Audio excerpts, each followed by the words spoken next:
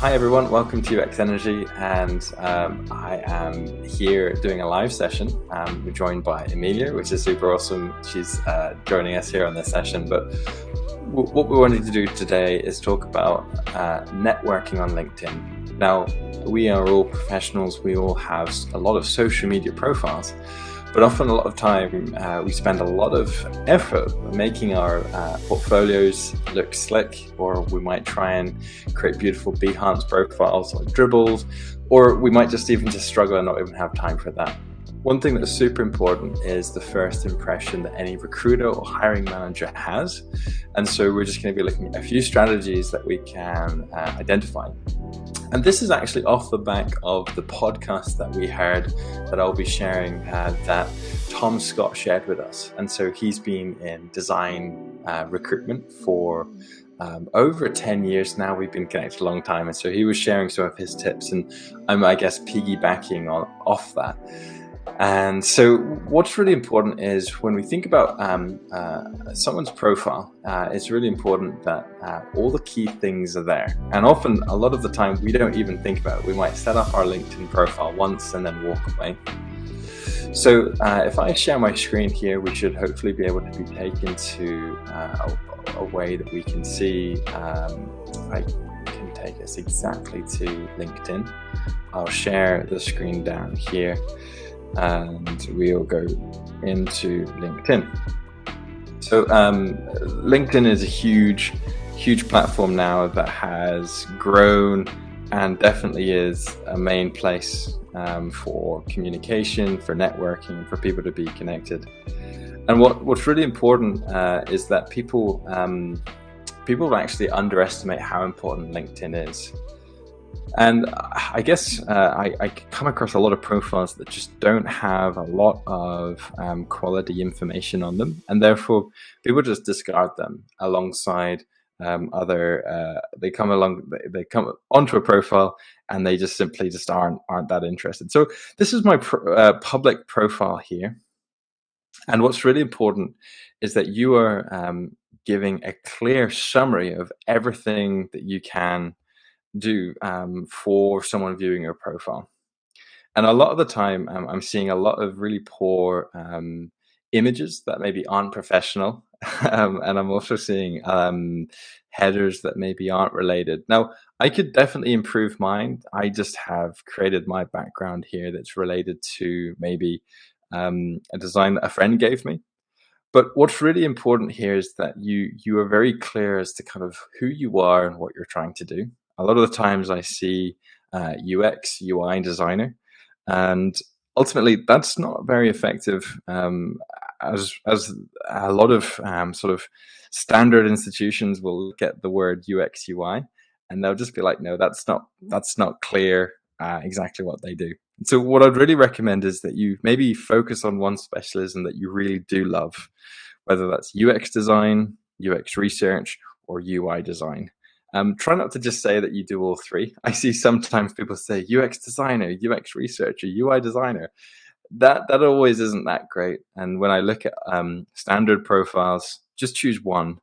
If you do work at a company, put that in as well. And it's quite okay to not even say aspiring designer. You can just say, I am a UX designer. But you need to back that up. And what I mean by that is I could say that I work for NASA, but I need to back that up with my work experience, and that's where it's super important that further on the page we actually highlight our experience. It's important that you make the most of being able to share key, I guess, resources.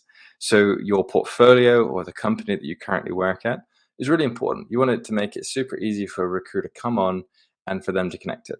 So also, just to say, this session isn't just about how to improve your profile. I will also talk about a strategy for how you can reach out to future employers and network with them.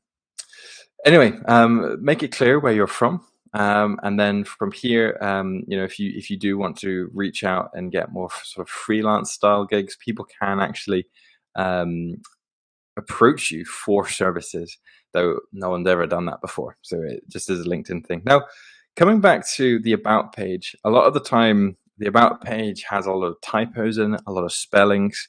And to be honest, they tend to be not read properly just because they're really boring and dull. So try and keep follow. You don't have to copy what I'm saying, of course, but try and highlight what makes you stand out. What makes Jonah as a person different? You know, because anyone can do a UX research, anyone can do UX design, but like, what specifically is it that you like? I would recommend you try and put that into three aspects of what makes you you. And in terms of then, you know, talking about a little summary, maybe give 2 or 3 sentences just to explain what you do, what your experience is, and then give really clear access to contact. Normally, what's really frustrating is when I come onto someone's profile as a hiring manager, it's actually very hard to find any form of contact details or up to date relevant information. And so I know that if I was to come onto all of these links, you'd be able to come and see my CV and everything else. So those are just sort of the first impressions that are really important to kind of get down, and just try and keep it just really simple and plain, as that. Yeah, hopefully that makes sense so far. Amelia, I wasn't sure whether you wanted me to go on your profile and give it like a random feedback. I don't know whether you would be up for that, but I'd be happy to if you wanted me to. It's not a problem. It's not a problem. You can. It's a little bit messy, but you can open it. It's not a problem. Sorry, Amelia. Are you able to use the chat? I wasn't able to hear that there. I think that might be a problem maybe with my speakers potentially.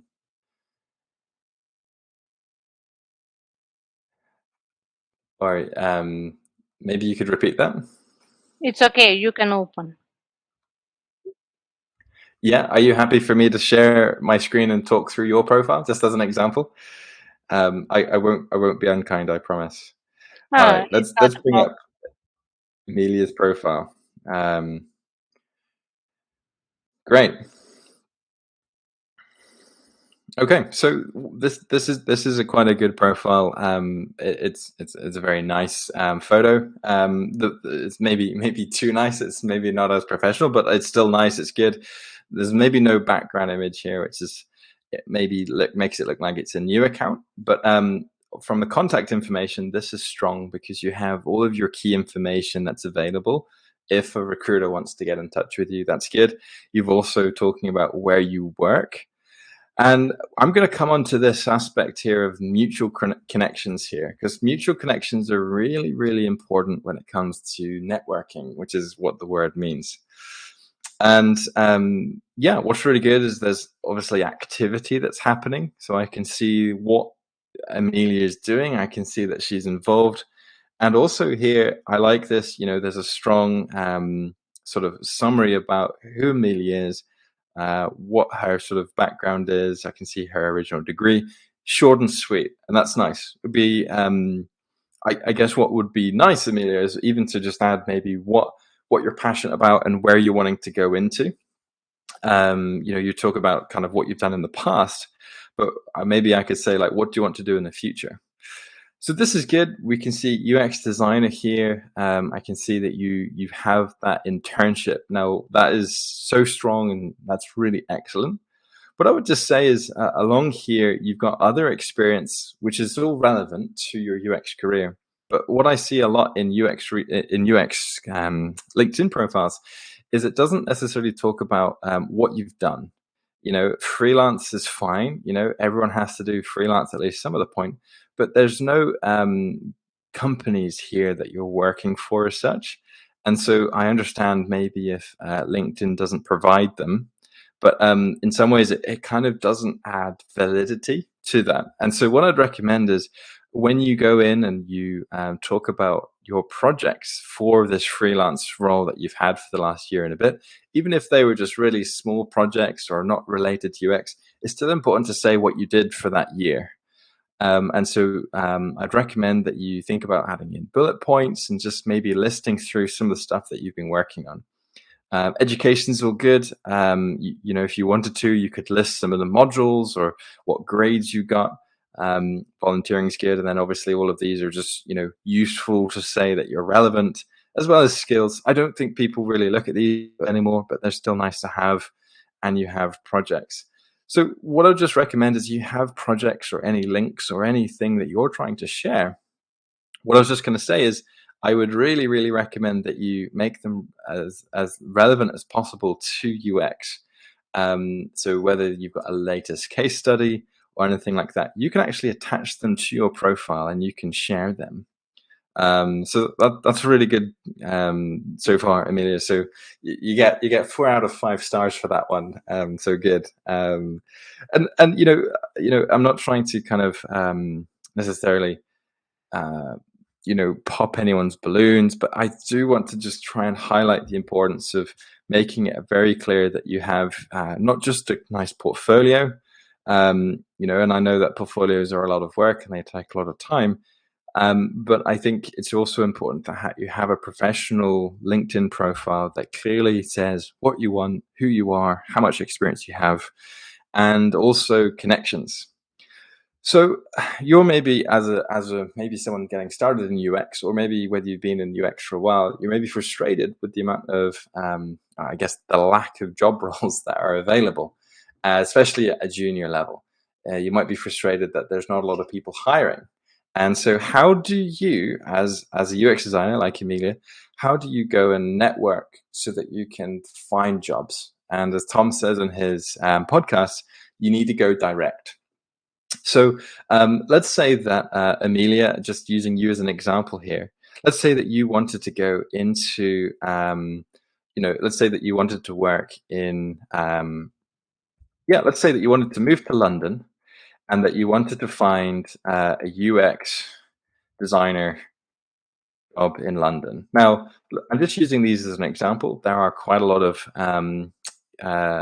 hybrid roles available. There's a lot of remote working roles. And so let's go and have a look now at all of the ones that are available that we might want to apply for.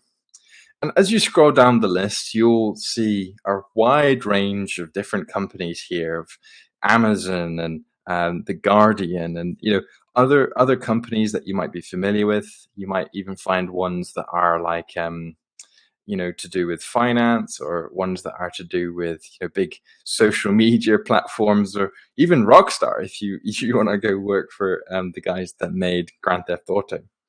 So there's lots of different platforms, and let's maybe look at JP Morgan Chase. Those would be a good bank to work for. These are worldwide known, and let's just go and have a look at what this job requires, right? And this is really important that we can kind of have a look at this. So firstly, I can see that the hiring team is a guy called Neil Jalota. First and foremost, you want to try and connect with people within JP Morgan Chase. And so using that as an example, or any other roles that we think might be good, we can then send them connections. I'm just trying to think of another example. Maybe isn't as senior. We have Visa, also well-known fintech company. Let's go have a read through of their profile here. So honestly, when I'm reading these, sometimes I will kind of just scroll these just quickly, just kind of skim read them, because when you're in job hunt mode, you're not necessarily wanting to kind of get all the information. You just kind of want to just see, am I right for this role? So we've got kind of like the daily responsibilities of being an advocate, usable, accessible, and engaging digital experiences. That's cool. Minimal direction from supervisor. So that's an important one. You need to demonstrate that you can work by yourself, that you're able to use user-centered design principles, collaborate. Okay, so you're reading this list. You're like, okay, I can do requirements. I can do design flows. I can, you might be mentally checkboxing this job. And so you might think, okay, can I do this? Can I do this? And they might say something like, you need a couple of years experience, or, you need good experience. And that can be quite frustrating.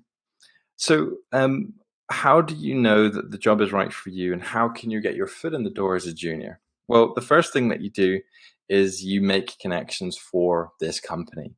Now I can see that I have 4 connections of people that all work at the company. I'll go and see who they are. Um, and what's really important is that I'm able to try and look out to other people who work there and maybe send them a connection request, right? So London, for example, is someone I've been connected with him for a while now, and so it's a matter of me just opening up my messenger and just saying, "Hey, I can see that you have a job available." Now, if you don't have much experience and you're brand new, what can be really important is that you maybe try and think, okay, well, Charlotte is a design director. She's based in Austin, Texas. That might be a bit high, but who is this person's boss? You know, this is a senior product designer and manager. This would be a good person to talk to get your CV in front of and just say, hey, are you hiring juniors right now? And they might say no. But with your foot in the door, you might be able to you kind of have like one chance to stay connected with this person and to give them your CV and to give them your profile. Now, they're not hiring, they're not hiring for a junior UX designer. They're not saying that in this particular role. That's okay. But it may be that they may be hiring in a couple of months. And that's why it's super important that you, even if you can't apply for this one, you go direct to the individuals, because ultimately to hire on LinkedIn or to use recruitment agencies is very expensive. And so what they do is often, junior roles aren't publicized. And so you need to go and make sure that you can get your face known and you can reach out to them.